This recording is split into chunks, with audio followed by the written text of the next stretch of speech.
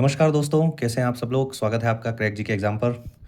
संविधान की तैयारी हो रही है, कंटिन्यू आपको नोट्स मिल रहे हैं और यदि आप तैयारी कर रहे हैं भारत में किसी भी एग्ज़ाम की, वनडे एग्ज़ाम की या स्टेट पीएससी एग्ज़ाम की या किसी भी स्टेट के एक पर्टिकुलर किसी पद के एग्ज़ाम की, तो ये वीडियो आपके लिए बहुत ही महत्वपूर्ण होने वाला है क्योंकि हम कंटिन्यू भाग 5 से जुड़े हुए सारे अनुच्छेद कवर कर रहे हैं। आज हम लोग अनुच्छेद 79 आर्टिकल 79 अनुच्छेद 79 को हम लोग देखेंगे, जो संसद के बारे में बताता है और संसद से जुड़े हुए क्या-क्या प्रश्न आते हैं, कौन-कौन से संविधान संशोधन हुए हैं, किसमें क्या-क्या महत्वपूर्ण संशोधन किए गए हैं, जो प्रश्न आते हैं एग्ज़ामों में, वो सब हम लोग डिस्कस करने वाले हैं। बहुत ही छोटा वीडियो होने वाला है, तो आप अंत तक इस वीडियो को ज़रूर देखिए और जो भी हम पढ़ा रहे हैं, चाहे हैंड रिटन मेरे नोट्स हैं, जो आप देख सकते हैं इस वीडियो में, ये सब आपको पीडीएफ के माध्यम से टेलीग्राम पर मिल रहा है और टेलीग्राम का लिंक हमारे इसी वीडियो के डिस्क्रिप्शन में है। आप जुड़ सकते हैं और वीडियो का फ़ायदा उठा सकते हैं।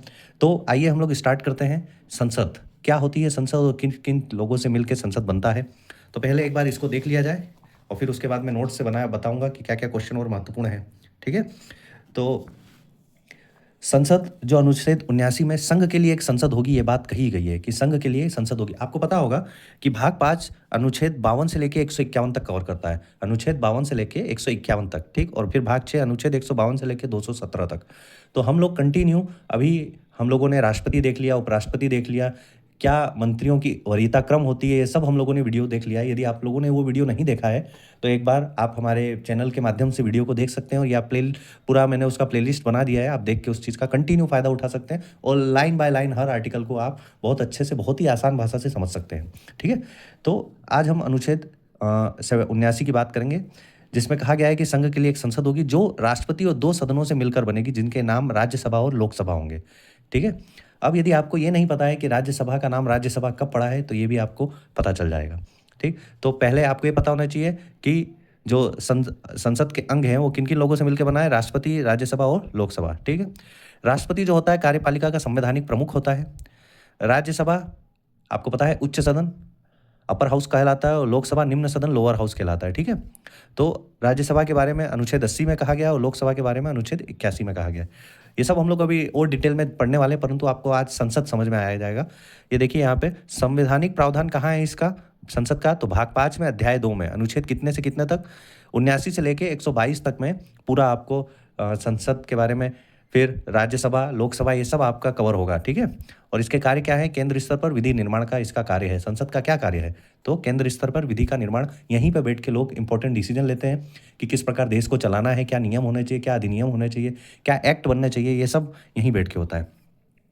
तो सबसे पहले हम लोग थोड़ा-सा लोकसभा के बारे में डिस्कस करते हैं कि लोकसभा जो है, वो प्रथम बैठक कब हुई थी? 13 मई 1952 को। ठीक है? 13 मई 1952 को लोकसभा के जो सांसद होते हैं, उनके बनने की जो न्यूनतम आयु सीमा क्या होती है? संसद के लोकसभा के सदस्य बनने की न्यूनतम आयु है 25 वर्ष। ठीक है? 25 वर्ष आपकी न्यूनतम आयु होनी चाहिए। अब आपको ये पता होना चाहिए कि जब भारत तो आज़ाद हो गया था 15 अगस्त 1947 को और उस समय कैबिनेट भी बहुत कुछ डिसाइड हो गई थी, परंतु जब चुन के आया गया, भारत में जब सांसद चुने हुए थे, तो ये तो आफ्टर जो फर्स्ट टाइम जो मैंडेट हुआ था, जो वोटिंग हुई थी, उसके बाद ही चुन के आए थे ना। तो उसकी जो प्रथम बैठक है, उसकी डेट बताई जा रही है 13 मई 1952 को। ठीक है? तो 13 मई 1952 को प्रथम बैठक, आपको ध्यान में रहना चाहिए कि प्रथम बैठक कब हुई है, तो 13 मई 1952 को। इसलिए इसको हाईलाइट किया गया, ये इंपॉर्टेंट है। अब इसके प्रथम अध्यक्ष कौन थे? तो गणेश वासुदेव मालवांकर। ठीक है? जीवी मालवांकर का नाम शॉर्ट फॉर्म में भी आता है, तो आपको ये याद होना चाहिए। प्रथम अध्यक्ष। वर्तमान अध्यक्ष हैं अभी ओम बिरला जी। प्रथम महिला अध्यक्ष थी मीरा कुमार जी। ठीक है? तो ये आपको कुछ फैक्ट्स हैं जो आपको याद होने चाहिए। इसको स्थगन कौन करता है? लोकसभा को रोक कौन सकता है? तो लोकसभा का अध्यक्ष। अभी कौन है अध्यक्ष? ओम बिरला जी। सत्राहुत, सत्रावसान और विघटन करना, ये तीनों की जो पावर है, वो किसके हाथ में है? तो राष्ट्रपति जी के। ठीक है? अब थोड़ी सी संख्याओं के बारे में देख लिया जाए। कभी कभी जब फैक्चुअल क्वेश्चन आते हैं तो डायरेक्ट संख्या उठा के पूछ लिया जाता है कि लोकसभा में सीटों की संख्या क्या है। अधिकतम है 550 और वर्तमान है 543। उसमें राज्यों से 530 है, इस 550 को तोड़ा गया है, तो राज्य से आपके पास 530 सांसद होने चाहिए और यूटी से, केंद्र शासित प्रदेशों से, आपके 20 सांसद होने चाहिए। वर्तमान में राज्यों से 530 में से 524 हैं और संघ राज्य क्षेत्रों में 20 में से 19 है। ठीक है? तो इस हिसाब से आपके कितने हो गए? 543। ठीक है? अब यहाँ पर एक इम्पॉर्टेंट जो 2019 में एक संशोधन हुआ था जो 2020 जनवरी से अभी तक नहीं बढ़ाया गया। ये देख लीजिए आप लोग, बहुत ही इंपॉर्टेंट क्वेश्चन आते हैं इससे। ये अभी लेटेस्ट ये फैक्ट्स हैं, इसलिए आप एकदम ध्यान रखिए इसको। यदि राष्ट्रपति की राय में लोकसभा में आंग्ल भारतीय समुदाय का प्रतिनिधित्व पर्याप्त नहीं हो तो वो लोकसभा में उस समुदाय से 2 सदस्यों को मनोनीत कर सकता था। ये प्रावधान पहले था। इस प्रावधान को 104वें संविधान संशोधन 2019 में 25 जनवरी 2020 से आगे नहीं बढ़ाया गया है। अब जिन बच्चों को ये नहीं पता है आंग्ल भारतीय समुदाय क्या होते हैं, तो मैं उनको बता दूं। उनको इंग्लिश में एंग्लो इंडियन भी कहा जाता है। कभी कभी डायरेक्ट प्रश्न ये पूछ लेता है कि एंग्लो इंडियंस का प्रावधान कब खत्म किया गया। आंग्ल भारतीय समुदाय मतलब आंग्ल भारतीय वो हैं जो आंग्ल भी हैं और भारतीय भी हैं। आंग्ल मतलब अंग्रेज, मतलब जो बाय बर्थ या उनके माता पिता में कोई भी एक व्यक्ति भारतीय है और एक व्यक्ति अंग्रेज है, उनसे जो बच्चे हो रहे हैं वो आंग्ल भारतीय समुदाय से माने जाते हैं या जुड़े हुए माने जाते हैं। इनमें से हमेशा दो लोगों को लोकसभा में मनोनीत किया जाता था, जो उन 104वें संविधान संशोधन अधिनियम में मना कर दिया गया। और ये 25 जनवरी 2020 के बाद से इसको पूरी तरीके से मतलब बैन हो गया एक तरीके से, कि इसके बाद ये प्रोसेस को आगे बढ़ाया ही नहीं गया है। ठीक है, तो कौन से संविधान संशोधन में? 104 संविधान संशोधन अधिनियम कब हुआ था? तो 2019 में। ठीक है, अब थोड़े से फैक्ट्स हम लोग, आपने इसमें देखा, अब मैं उसको आपको क्या क्या क्वेश्चन बनता है ये हम लोग देखते हैं। अब आपने देखा ये हम लोगों ने पहले ही राष्ट्रपति में हम लोगों ने कवर कर लिया है कि राष्ट्रपति के क्या वीटो होते हैं, राष्ट्रपति पे महाभियोग क्यों चलता है, संविधान के उल्लंघन करने पर ही चलता है क्या, संविधान का उल्लंघन संविधान में कहा गया है, ये वर्ड यूज हुआ है, तो ये ऐसा कुछ नहीं हुआ है। ये सब हम लोगों ने देख लिया है। आप लोगों ने यदि वो वीडियो नहीं देखा है तो राष्ट्रपति से जुड़े हुए सभी प्रश्न मेरा उस पर थंबनेल बना हुआ है, वो वीडियो आप देख सकते हैं, प्लेलिस्ट में भी है और वीडियो चैनल पे भी है। आइए आज हम लोग ये देखते हैं संसद के 3 अंग क्या क्या है, राष्ट्रपति, लोकसभा और राज्यसभा। अब लोकसभा में हम लोगों ने देखा, क्या देखा, 2 मिनट मैं थोड़ा सा इसको जूम आउट कर देता हूँ जिससे आप लोगों को देखने में आसानी होगी। हाँ, तो अब मैक्सिमम जो है लोकसभा में 550 की आपकी सीट होती, प्रेजेंट है 543, हम लोगों ने देख लिए। स्टेट में आपके 530 हैं, ठीक, और यूटीज़ में कितने हैं? 13 हैं। ठीक है, इसमें आपको एक्चुअल जो साइट्स हैं वो चेंज होती रही। ये लेटेस्ट है, जो आपको मैंने अभी आपको दिखाया है वो 2024 का है और ये अभी प्रेजेंट टाइम में 2025 का है। ठीक है, तो स्टेट में 530 है और यूटीज़ में 13 है। ओके, ये आपको डायरेक्ट वेबसाइट पे भी मिल जाएगा। अब राज्यसभा में आपको देखेंगे कि 250 टोटल सीट होता है, प्रेजेंट में 245, उसमें 238 जो है वो आपके स्टेट से हैं और 12 जो हैं वो नॉमिनेटेड होते हैं। ठीक है, और इसके बाद भी कुछ लोग उसमें यदि खाली रहते हैं तो ऐसी सीटें रहती हैं जो प्रेजेंट टाइम में अभी 245 हैं। 238 स्टेट से होना चाहिए और 12 नॉमिनेटेड होना चाहिए। इसमें आपको स्टेट से 530 होना चाहिए और 13 यूटी से होना है। अब ये जो नॉमिनेटेड होते हैं ये कहाँ से होते हैं? कला, साहित्य, विज्ञान और समाज सेवा। ये प्रश्न हूबहू एकदम आपका आया हुआ है कि जो 12 नॉमिनेटेड मेंबर होते हैं वो किस भारतीय समुदाय या किस चीज़ से, विशेष वर्ग से संबंधित रहते हैं। तो आपका ये पता होना चाहिए, कला, साहित्य, विज्ञान और समाज सेवा से। ये एग्जैक्ट यूपी के पुलिस के एग्ज़ाम में आया हुआ है, इवन ये आरओ एआरओ में भी पेपर में आया हुआ है। ठीक है, तो ये आपको एकदम याद होना चाहिए। अब जो अभी हम लोगों ने डिस्कस किया है 104वें संविधान संशोधन 2019 में 2 एंग्लो इंडियन को हटा दिया गया है। ठीक है, और उसमें एक और चीज़ लिया गया है कि SC ST के आरक्षण को बढ़ा दिया गया है, यही 104वें संविधान संशोधन में। तो ये प्रश्न आप एकदम ध्यान रखिएगा, यहाँ पे मैंने स्टार लगाया हुआ है, इंपॉर्टेंट है, जो फैक्चुअल है। 104वें संविधान संशोधन में 2 एंग्लो इंडियन का पद को खत्म कर दिया है और SC ST के आरक्षण को बढ़ा दिया गया है। किस में बढ़ा दिया गया है? तो लोकसभा और राज्यसभा में बढ़ा दिया गया। ठीक है, 1954 में लोकसभा और राज्यसभा का नाम रखा गया था। देखिए, मैं आपको जब ये वीडियो मैं बना रहा था तभी मैंने कहा कि यदि आपको ये नहीं पता है कि लोकसभा और राज्यसभा का नाम कब रखा गया है तो ये भी आपको इस वीडियो में पता चलेगा। इससे पहले 1954 से पहले लोकसभा को लोक की सभा और राज्यसभा को राज्यों का परिषद कहा जाता था। क्या कहा जाता था?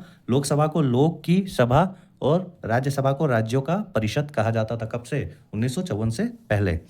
ठीक है, और पहली बैठक कब हुई थी? 1952 में। अभी मैं आपको बताया हूँ कब, तो 13 मई 1952 को। ठीक है, ये स्थायी सभा उस समय बनी थी पहली बार, क्योंकि ये चुनाव हो के आए थे, चुन के आए गए थे सांसद। लोकसभा में 61वें संविधान संशोधन 1988 में वोट डालने की उम्र 21 से 18 कर दी गई थी, ठीक है। और किस सिद्धांत पर? तो सार्वभौमिक वयस्क मताधिकार पे। देखिए जो ये थंबनेल पे मैं बनाया हूँ, एम लक्ष्मीकांत पढ़ने की ज़रूरत नहीं है। जो बच्चे सीरियस होके एम लक्ष्मीकांत पढ़ते हैं वो ये समझ रहे होंगे इस नोट्स की वैल्यू, कि आपको पता है कि पॉलिटी में जिस बच्चे को पॉलिटी यदि डिटेल में पढ़ना है तो वो एम लक्ष्मीकांत पढ़ता है। और जो फैक्चुअल सिर्फ आपको छोटे मोटे एग्जाम के लिए आप प्रिपेयर कर रहे हैं, जो टाइम पास होता है, देखिए आप बुरा मत मानिएगा, मैं टाइम पास ही कहूँगा, क्योंकि जब आपको डिटेल वे में आपको पॉलिटी नॉलेज नहीं है तो फिर आप उस तरीके से समझ लीजिए कि आप सिर्फ एक रट्टा मार रहे हैं, आप उसको कनेक्ट नहीं कर रहे हैं। कनेक्ट आपको करना है तो आपको पूरी की पूरी आपको आर्टिकल वाइज आपको लाइन बाय लाइन याद होनी चाहिए और पता होना चाहिए क्यों ये बना, रीज़न ये जाने। तो इसलिए मैं कह रहा हूँ कि एम लक्ष्मीकांत पढ़ने की ज़रूरत नहीं, ये सब एम लक्ष्मीकांत के ही नोट्स हैं। ये सब आपके पूरे ये मेहनत है ये जो मैंने पिछले 3-4 सालों में की है और उसको 20 से 25 पेजों के बीच में मैं समेटा हूँ लक्ष्मीकांत से। जो क्वेश्चन आते हैं, देखिए हर बार आप पीएचडी नहीं कर रहे हैं, आपको पीएचडी नहीं करना है, हर एग्ज़ाम को आपको फोड़ना नहीं है। आप वो पढ़िए जो आपके एग्ज़ाम के रिगार्डिंग है, ठीक है। तो इसलिए मैं आपको वही बता रहा हूँ जो एग्ज़ाम में आते हैं, जो मेरे साथ आ रहे हैं वो मैं आपको बता रहा हूँ, होपफुली कि आप लोगों के लिए भी हेल्पफुल रहे, ठीक है। तो लोकसभा में 61वें संविधान संशोधन 1988 में उम्र की सीमा को कम कर दिया गया। पहले 21 वर्ष था, अब 18 वर्ष कर दिया गया है। किस सिद्धांत पर? तो सार्वभौमिक वयस्क मताधिकार के सिद्धांत पर। इंपॉर्टेंट एक और चीज़ है, 1965 में अधिनियम आया कि भारत के यूटी में भी चुनाव होगा। इससे पहले ये नहीं होता था, ठीक है। उससे पहले सिर्फ ओनली राज्यों में होता था, उससे पहले यूटीज़ में मतलब केंद्र शासित प्रदेशों में नहीं होता था। तो 1965 के अधिनियम में कहा गया कि भारत के संघ शासित प्रदेशों में भी चुनाव होगा। और ये सब नोट्स एम लक्ष्मीकांत से ही हैं। जो मैं इससे पहले आपको बुक दिया था वो आपको फैक्चुअल एक छोटे मोटे एग्जामों के लिए, परंतु ये नोट्स आपको हर जगह नहीं मिलेंगे। लोकसभा डायरेक्ट इलेक्शन कब हुई? तो लोकसभा की डायरेक्ट इलेक्शन यूटीज में कब से हुई? 1965 से। 27वां नहीं, इसको 87वां संविधान संशोधन 2003, इसमें कहा गया कि 2001 के जनगणना के अनुसार निर्वाचन क्षेत्र निर्धारित हुआ है। मतलब जो प्रेजेंट टाइम में हम लोग निर्वाचित या सदस्यों की संख्या है, कि आपको पता होगा कि यूपी में सबसे ज़्यादा लोकसभा की सीटें हैं, 80 सीटें हैं। हर राज्यों में अलग अलग सीटें हैं, कहीं 29 है, कहीं 11 है, ठीक है। तो जो सीटें हैं ये आप लोगों की किस जनगणना के अनुसार है? 2001 की जनगणना के अनुसार है। तो ये अभी कब एक्सटेंड होगा? 2027 में एक्सटेंड होगा। 26 तक मैंडेट है, वो मे भी पॉसिबल वो 2027 तक जाएगा।